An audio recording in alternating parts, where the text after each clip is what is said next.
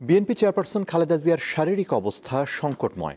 আজ এমনটাই জানালেন বিএনপি মহাসচিব মির্জা ফখরুল ইসলাম আলমগীর। বলেন, দেশ ও জনগণের জন্য সাবেক প্রধানমন্ত্রীর সুস্থ হওয়া প্রয়োজন। খালেদা জিয়ার সুস্থতা কামনায় ঢাকা সহ সারা দেশে বাদ জুমা বিশেষ দোয়া ও মোনাজাতের আয়োজন করে বিএনপি। ওয়ালটন এখন দেশের সীমানা পেরিয়ে পৌঁছে গিয়েছে 50টিরও বেশি দেশে। ওয়ালটন, ঘরে ঘরে বিশ্বজুড়ে। বিএনপি চেয়ারপারসন খালেদা জিয়া গত রোববার আবারও অসুস্থ হয়ে রাজধানীর এভারকেয়ার হাসপাতালে ভর্তি হয়েছেন।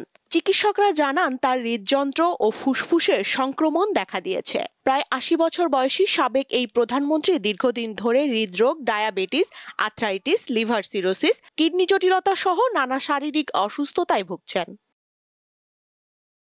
খালেদা জিয়ার রোগমুক্তি কামনায় শুক্রবার বাদ জুম্মা সারা দেশের মসজিদে মসজিদে বিশেষ দোয়া ও মোনাজাতের আয়োজন করে বিএনপি। রাজধানীর নয়াপল্টন মসজিদে বিশেষ দোয়া ও মোনাজাতে অংশ নেন বিএনপি মহাসচিব মির্জা ফখরুল ইসলাম আলমগীর, দলের সিনিয়র যুগ্ম মহাসচিব রুহুল কবির রিজভী সহ কেন্দ্রীয় নেতারা। পরে সাবেক প্রধানমন্ত্রীর সুস্থতা কামনায় দেশবাসীর কাছে দোয়া চান বিএনপি মহাসচিব।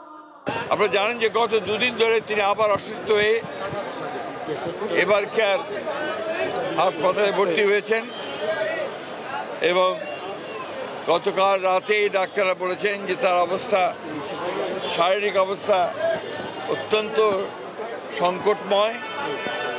সেই জন্য আমরা আমাদের দলের পক্ষ থেকে দেশনেত্রী বেগম খালেদা জিয়ার রোগ মুক্তির জন্য পরম করুণাময় আল্লাহ তাআলার কাছে দোয়া চেয়েছি। আমরা দোয়া চেয়েছি তিনি যেন আল্লাহ যেন তাকে সম্পূর্ণ সুস্থ করে দেন, সুস্থ অবস্থায় আবার জনগণের মাঝে ফিরে এসে তাকে দেশের মানুষের কাজ করার সুযোগ তৈরি করে দেন। এর আগে জাতীয় প্রেস ক্লাবে বাংলাদেশ ফেডারেল সাংবাদিক ইউনিয়নের দ্বিবার্ষিক সম্মেলনে বিএনপি মহাসচিব মত প্রকাশের পক্ষে নিজের অবস্থান তুলে ধরেন। গণতন্ত্রে ফিরে যেতে চাইলে অপরের যে মত প্রকাশের স্বাধীনতা সেটাকে আমাদের একই সঙ্গে মূল্য দিতে হবে।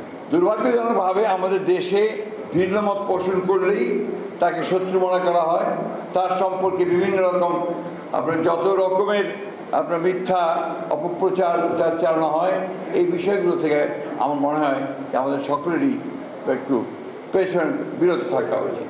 কোনো দলের প্রতি অনুগত না থেকে সাংবাদিক ইউনিয়নকে পেশাদারিত্বের ভিত্তিতে শক্তিশালী করার পরামর্শ দেন মির্জা ফখরুল ইসলাম আলমগীর। কোনো রাজনৈতিক দলের লেজুর ভিত্তি করলে সমস্যার সমাধান হয় না। স্বস্তিকা সিংহ, দীপ্ত সংবাদ, ঢাকা।